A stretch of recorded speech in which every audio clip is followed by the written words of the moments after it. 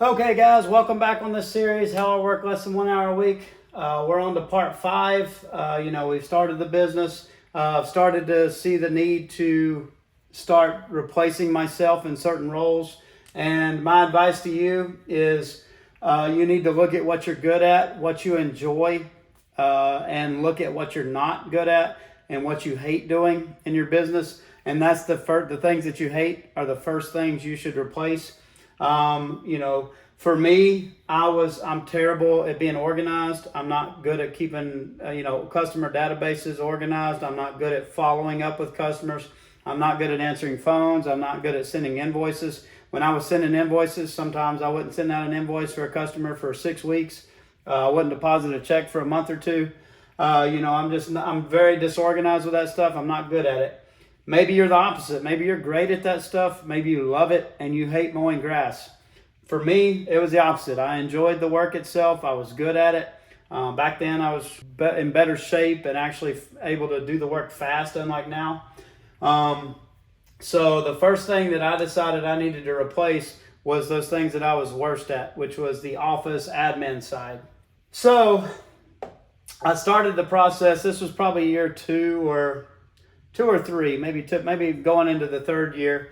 I started this process. Before that, I had some part-time seasonal employees that were helping me out. We were probably 100 to 200,000 in revenue, something like that. I was, struggling with all that stuff.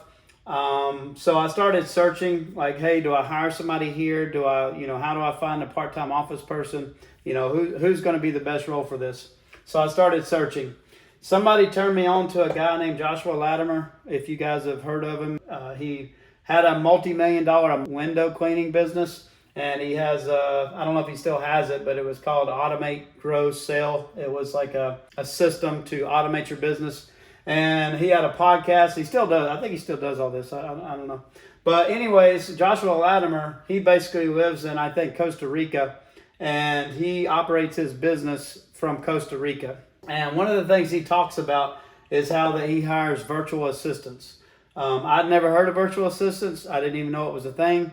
But apparently you could hire somebody in another part of the world where the exchange rate is very favorable to the U.S., and you could have them, be your office person, your admin, and you don't actually need to have them on site. They don't need to be in person and all that stuff. So that was a very cool idea to me, something I hadn't thought about.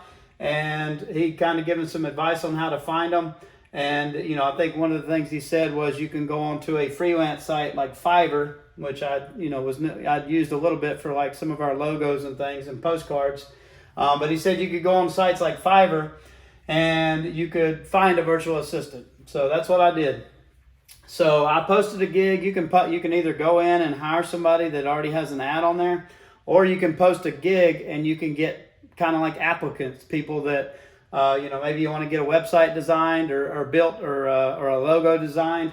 You can post a gig for it, and these different vendors on there will apply for it and tell you about themselves and stuff like that. So I posted a gig on Fiverr.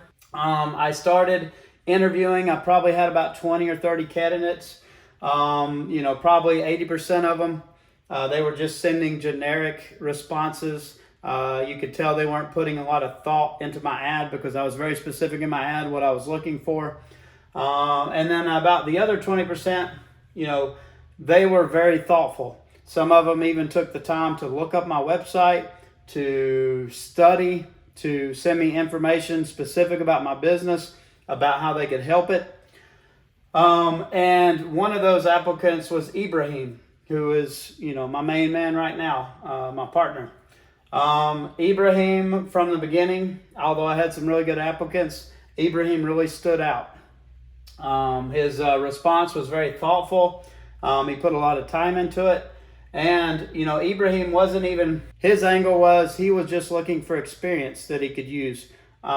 He didn't even ask me for a lot of money. Ibrahim asked me for $5 a week. That's what he asked me for in the beginning. That's how ridiculous it was with Ibrahim, because he was so motivated. He wasn't trying to get a lot from me. He was looking for experience, and he was very eager to help and please. So I hired him, obviously not at $5 a week. I gave him more, and he's making a lot. He's making good money now, very good money. But Ibrahim was just a 1 in a million person. Like that's by far the best decision I've made, is finding Ibrahim, and I was very lucky.